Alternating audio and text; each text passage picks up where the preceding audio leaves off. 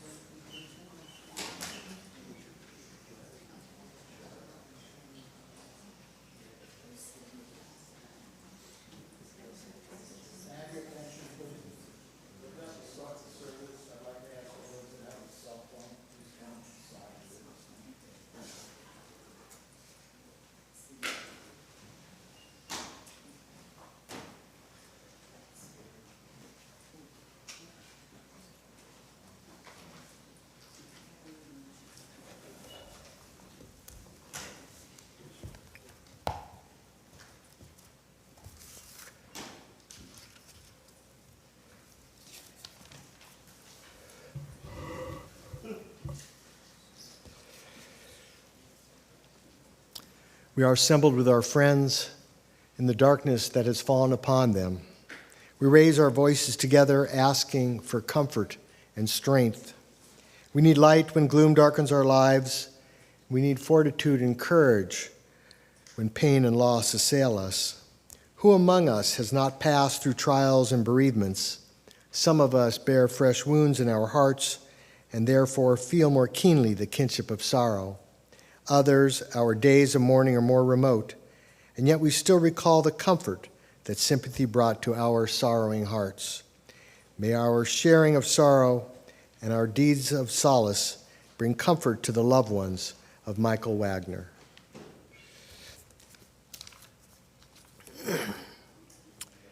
Adonai ro'i lo exar bino deshet yarbitseni, al me menachot yanachaleni nafshi shovev, yancheni v'magleit tzedek l'man shmo, gam ki elek begeit al mavet, lo ira ra ki atai madi, shiftecha mishantecha hema yanachamuni, ta'arok lefanai shochan neged sorurai, deshanta v'shem and roshi kosi ravaya, ach tov v'chesed yirdefuni kol yemei chayai, v'shafti b'veit Adonai lo'orak yamim.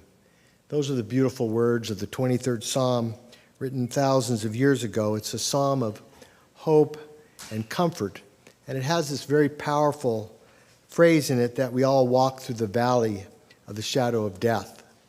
And the rabbis ask questions about that because the next line right after it is, I will fear no evil. And so the rabbis ask, how is it possible that we walk through this valley of the shadow of death and yet we're not afraid? We don't fear the evil. And one of the beautiful teachings is that the psalm doesn't say that we are to run through the valley. It doesn't say that we are to avoid the valley.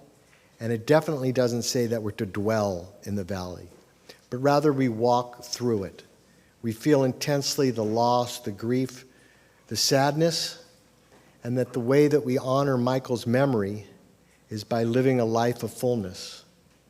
Michael loved life, and he for sure wouldn't have said to any of you, I want you to be unhappy the rest of your life.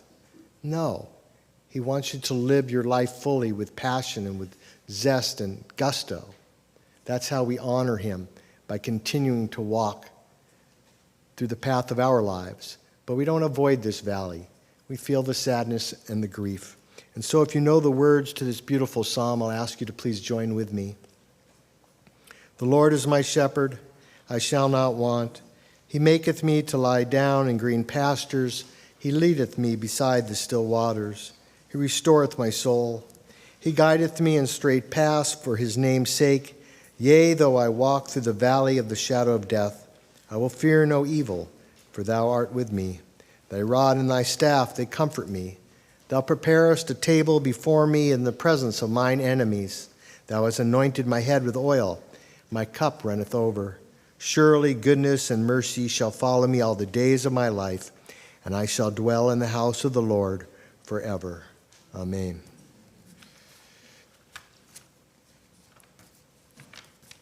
The poet writes,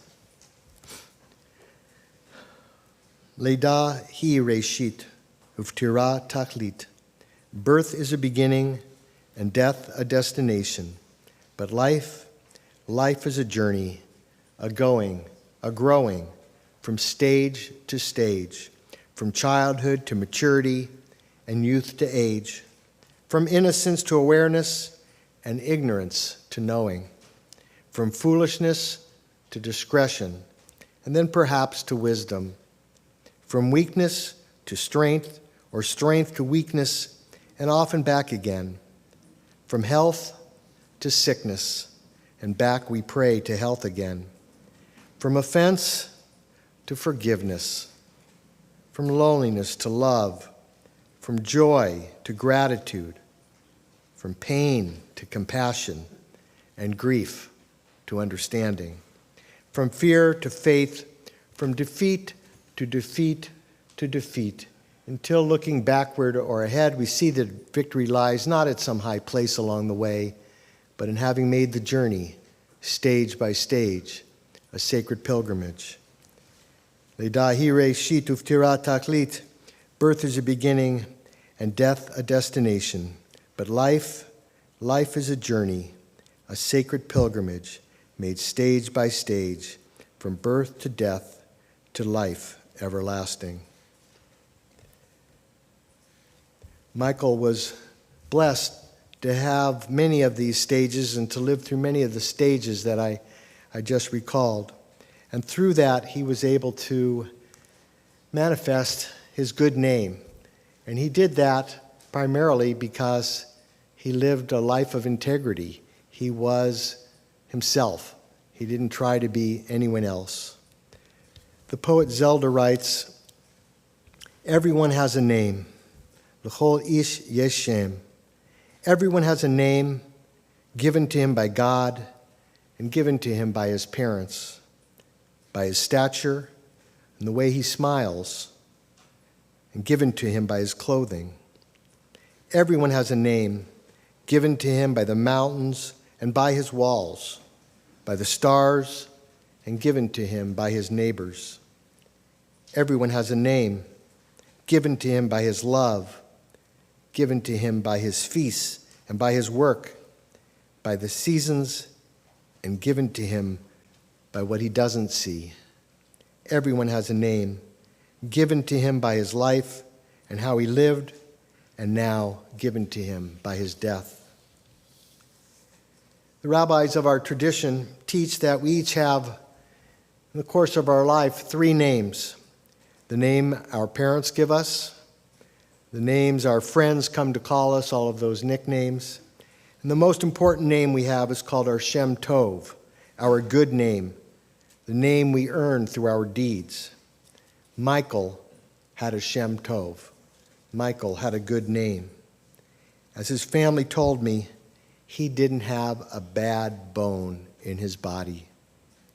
To you, he was Michael, Moish, Mike, Mikey, Dad, and Pop.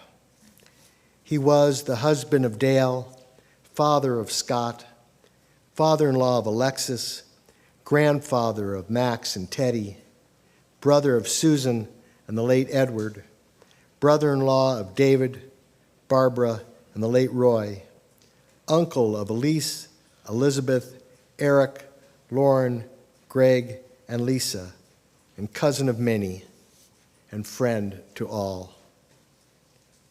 Michael was deeply loved by his entire family, and that love was both earned and reciprocated. The same was true with the way he made friends. His friends were deep, lasting friends. I'd like to invite up his longtime friend, Mark Margulies, to share a few words.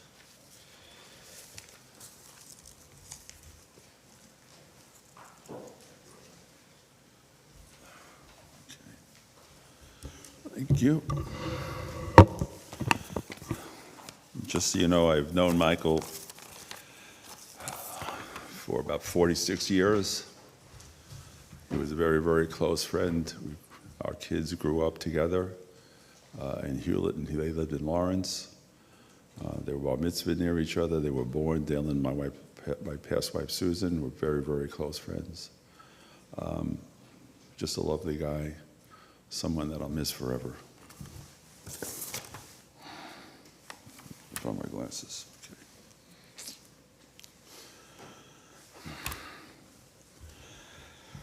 Okay.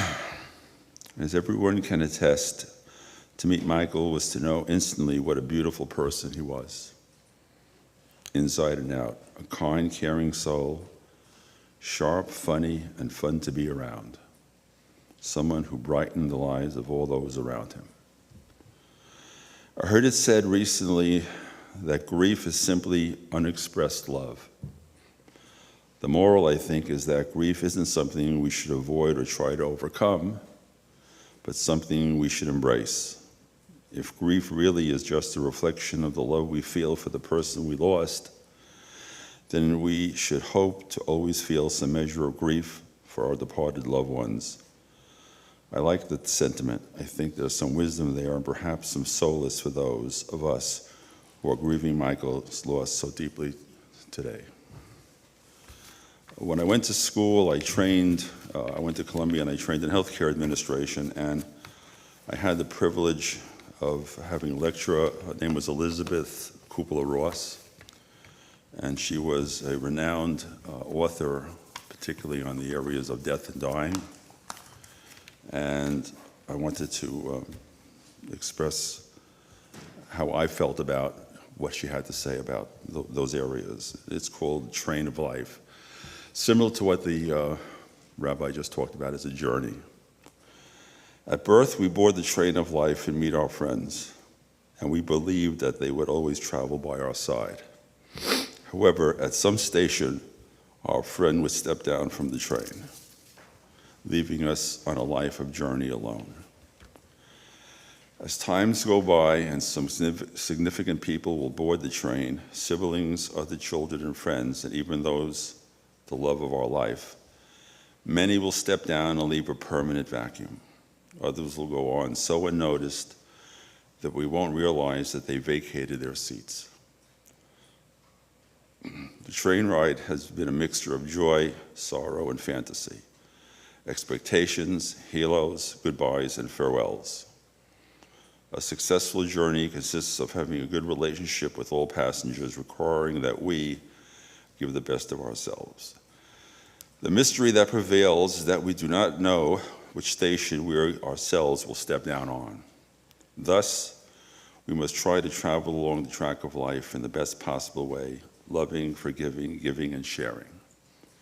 When the time comes for us to step down and leave our empty seat, we should leave behind beautiful memories for those who continue to travel in the train of life. And let's remember to thank God and the Lord for giving us life to participate in this wonderful train ride.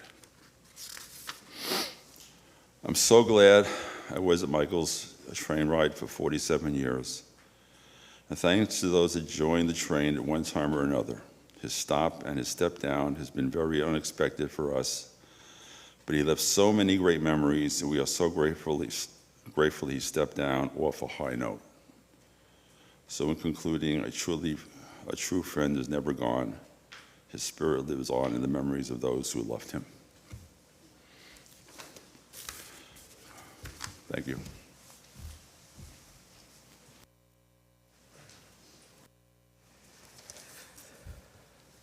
Beautiful. Thank you, Mark. It's beautiful. Loving, giving, forgiving, and sharing. Beautiful, beautiful. Now I'd like to invite up Michael's son, Scott, to share words about his father.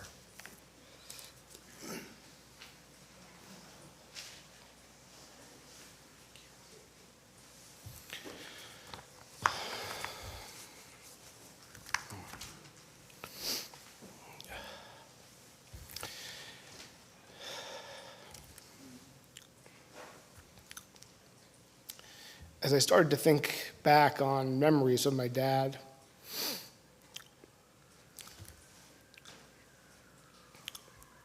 and stories about him, I started to hear from others about their favorite stories about my dad. It occurred to me that there was a recurring theme. It was never about him.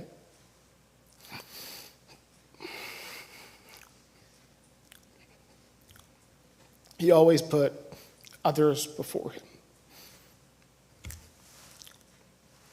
No matter how tough things were for him, whatever the challenges of life or the illness he fought, he never complained. Never.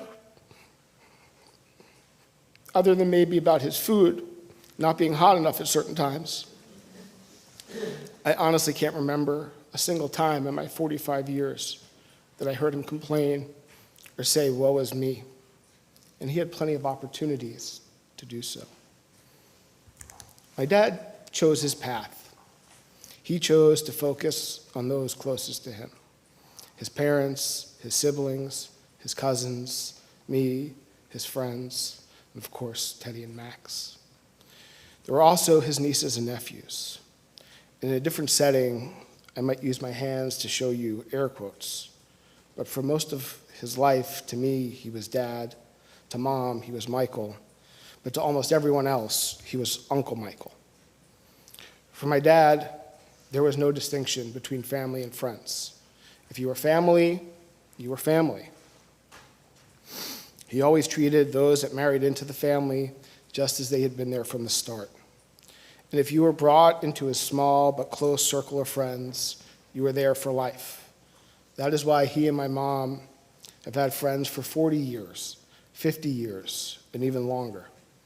And those connections span generations, because it was not only the friends that he was so close with, but also their children, even some of their parents and their grandchildren. My dad loved to be with his extended family, and whether it was Thanksgiving at Aunt Barbara and Uncle Ed's, or a party at Mark and Susan's house just to try some new recipe Mark had come up with, or dinner at our house with Alexis's mom, Marilyn, my father enjoyed every minute of it. And when it was time to leave, it was time for hugs. You see, leaving a large family gathering with my father would take forever. He would hug everyone, and my dad's hugs were something. They were special. Every time he hugged you as if it was the last time he would ever get to do so.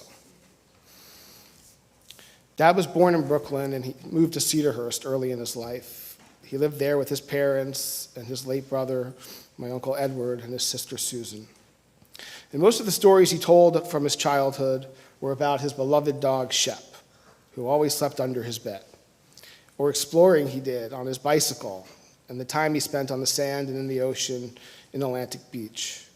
He left the Five Towns to attend Cornwall Academy in Massachusetts for high school. And par for the course with my dad, he didn't talk much about his time there, but he did often mention Cornwall, and when he did, he beamed with pride.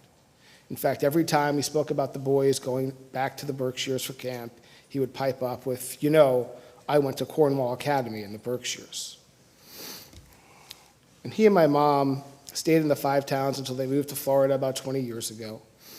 And there may have been other reasons, but I like to think they chose Port St. Lucie at first, just to make sure I'd come visit at least once a year when the Mets were in town for spring training.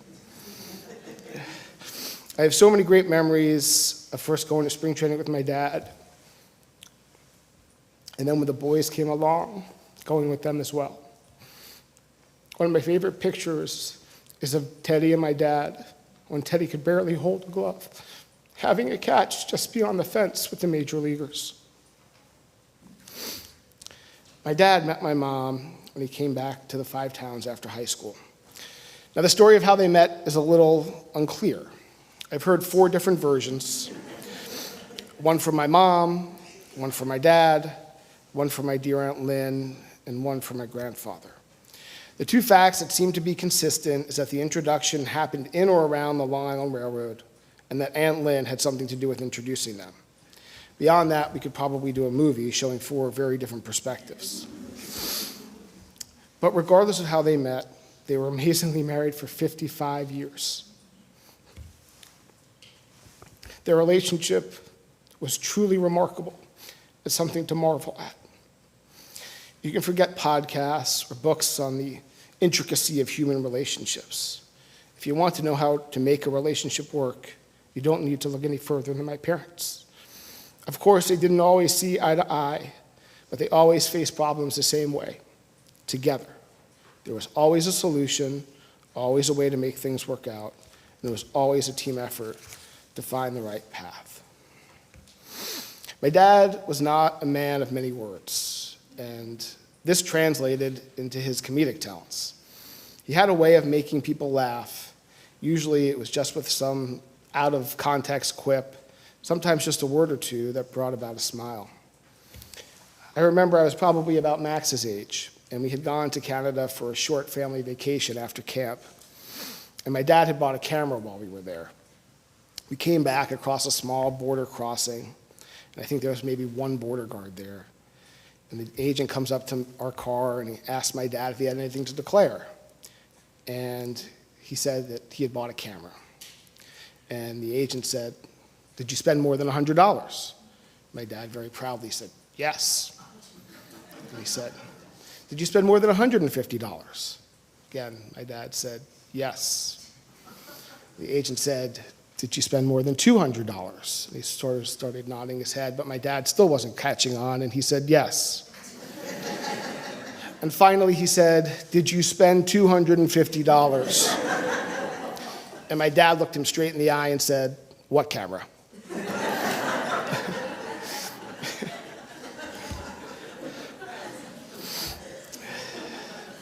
And at our wedding, when it was time for him to speak, he took out what looked like pages and pages of a legal-sized notepad. And after he unfurled what seemed like a ream of paper, he looked at Alexis and me and said, "I love you guys. Please give us grandchildren." That was it. Completely on brand. And while I revel in the levity of that moment, it also tells you a lot about who my dad was. He could have gone on, but the truth is, with 8 words, he said all there was to say. When I was growing up, my dad would wake up and leave the house long before I woke up and come home just before I went to bed. He worked those long hours, many of them out in the cold and the rain and the snow and the heat, not so he could drive a fancy car or go on some lavish vacation. He worked that way so that Mom and I could have the essentials of life and that I was provided with every opportunity. But it wasn't just us. I remember in my childhood when my grandmother was suffering through cancer and was constantly in terrible pain. He did all that he could to comfort her. He'd do what he could do to make her smile, but really the biggest comfort to her was that he was simply there and that we were there with her. I think the only trip my dad and I took, just the two of us, was when I had moved to New York, and I came down to Florida, and I drove with my dad to the west coast of Florida to see my grandfather. It was late in my grandfather's life. In fact, it was the last time I ever saw him. But my dad and I were determined to give him a day outside of the nursing home. And I remember like it was yesterday, the 3 of us were eating at a restaurant, and a random man walked over to us and said, "Is this 3 generations?" After we said yes, he had this amazed look on his face and simply said, "Wow." And boys, I remember that every time. My dad and I were with you guys, whether it's at a Canes game, watching a Mets game, or at Fogo de Chao. It didn't matter what we were doing. 3 generations enjoying each other's company. What else is there to say other than wow? Alexis, you and I work hard, but we didn't have to endure the grind that Dad did with Mom by his side. And as hard as life was for him, I don't think in his wildest dreams he could imagine living the life that we lead or providing the opportunities we're able to provide for our boys. But through it all, there was never a tinge of jealousy or regret from my dad. He never had a thought that I owed him for some unspoken debt for all the sacrifices he made for me. Just the opposite. I truly believe that he felt that everything he did was absolutely worth it. He felt every success as if it was his success, every achievement as if it was his achievement. Our joy was his joy.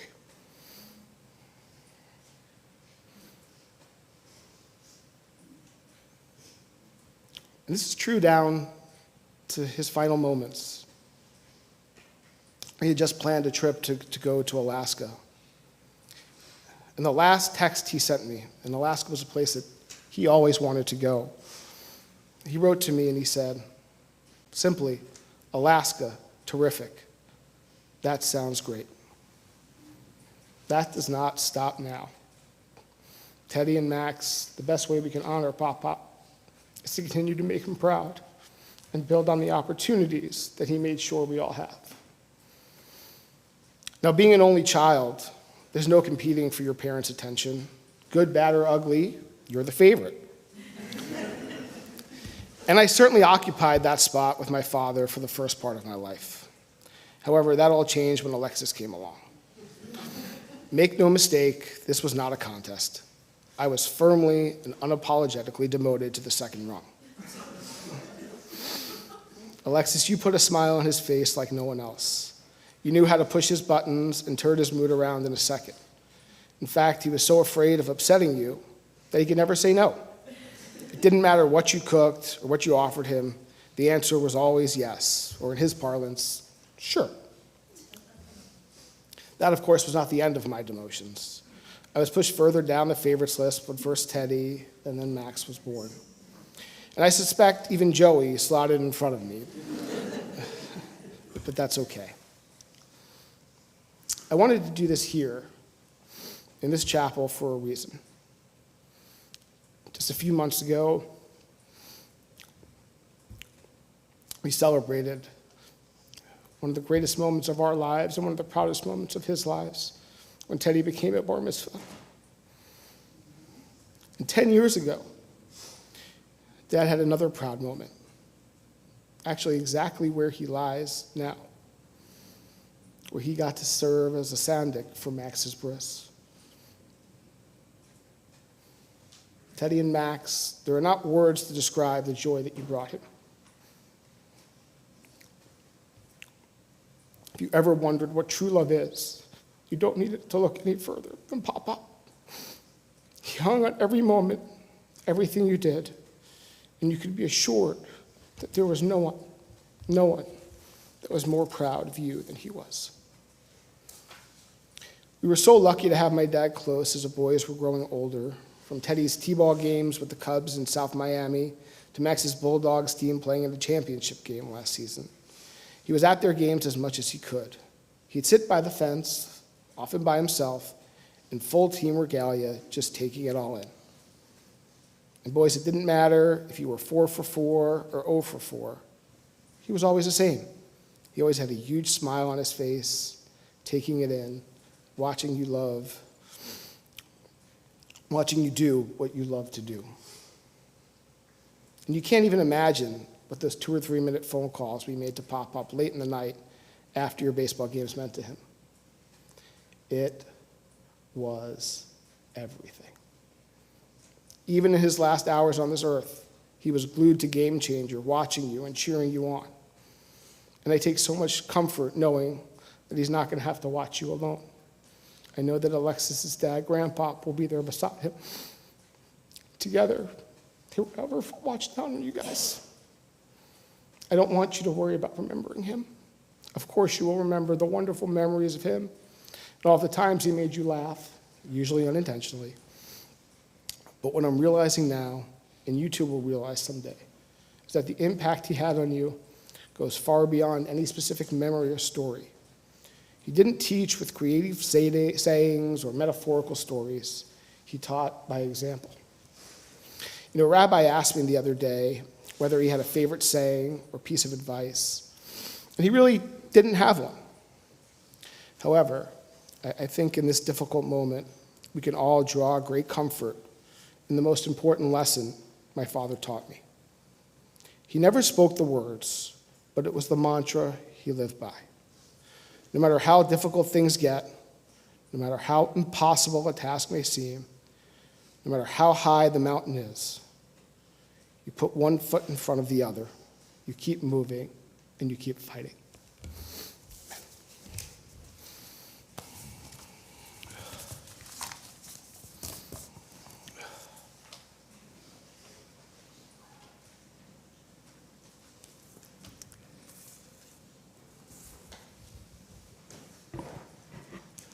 Beautiful, beautiful tribute.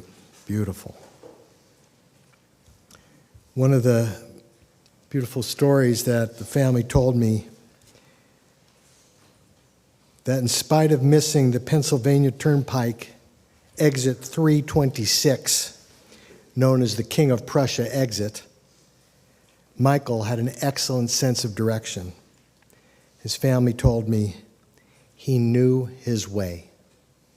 He knew his way.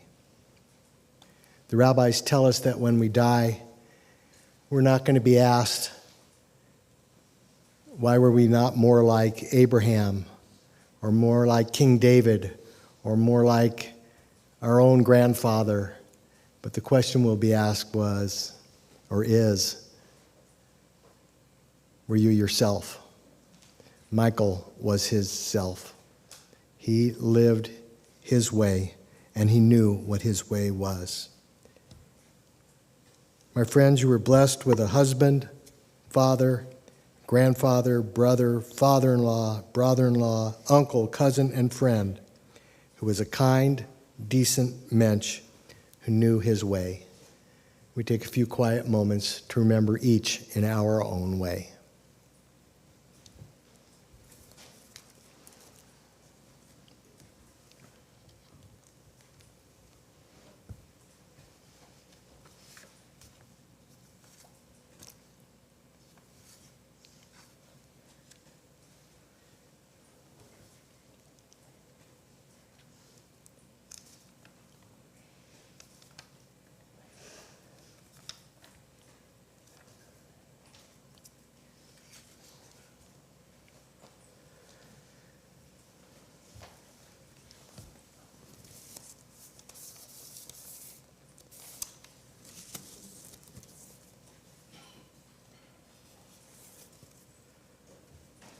Before we conclude with the Amalei Rachamim and the Kaddish, I just want to give you a couple of directions. Immediately following the service, the family is going to accompany Michael in the casket out to the hearse.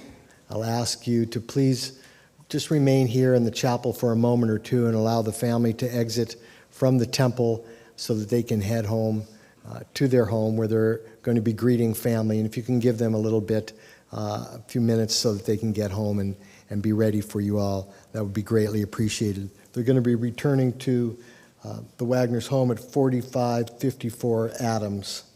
That's 4554 Adams, immediately following the service. I ask you to please rise for the Amalei Rachamim prayer. This prayer asks that Michael's soul go to a place of comfort in the universe and a place of comfort in your hearts. Amalei Rachamim, Shochen Bamromim, Hamse Menucha Nechona, Tachat Kanfei Hashchina, Im Kedoshim Utorahim, Kizohar Harakia Mazirim, Et Nishmat Moish ben Shlomo Ufega, Shahalak Lolamo, Baal Harachamim, Yastirehu Beseter Kanafav Lolamim, Vayitzror Hachaim, Et Nishmato, Adonaihu Nachalato, V'yanuach B'shalom Mishkavo, V'nomar, Amen. Compassionate God, eternal Spirit of the universe, grant perfect rest in your sheltering presence to Moish ben Shlomo Ufega, Michael Wagner, who has entered eternity. O God of mercy, let him find refuge in your eternal presence in the shadow of your wings, and let his soul be bound up in the bond of everlasting life. God is his inheritance. May he rest in peace, and let us say together, Amen. In a moment, we'll recite the words of Kaddish.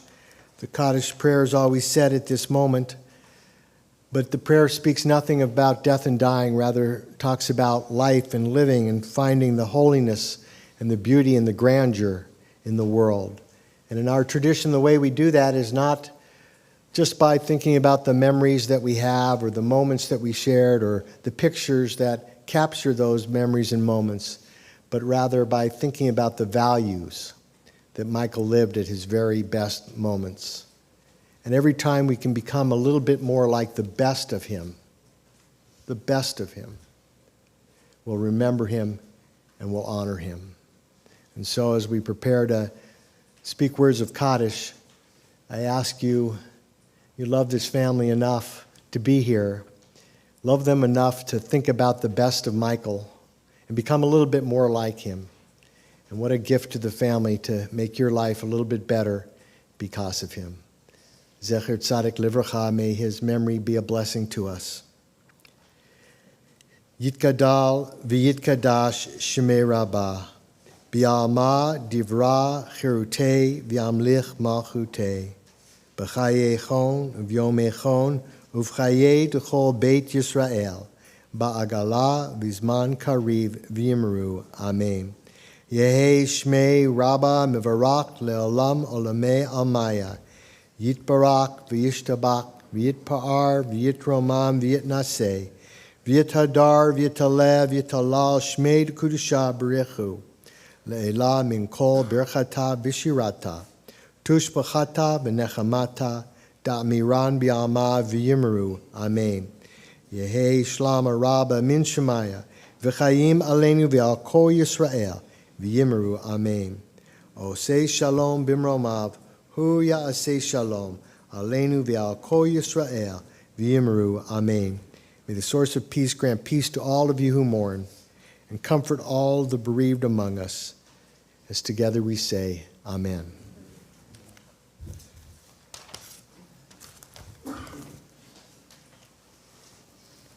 At this time, I'd like to ask the grandsons to please come forward to escort their grandfather's casket out the sanctuary here. I'd like the family to please follow the casket, and the friends please follow the casket out to the hearse. This concludes the services here. The family will be immediately receiving people back at Scott and Alexis's residence at 4554 Adams Avenue, which is in these booklets here. And then following the service here until 7 o'clock tonight, they'll be receiving at their residence. Thank you very much for coming.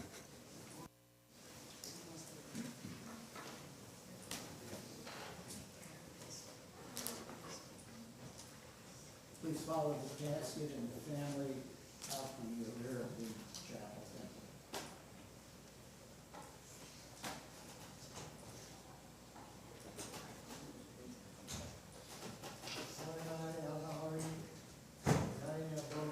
Which way?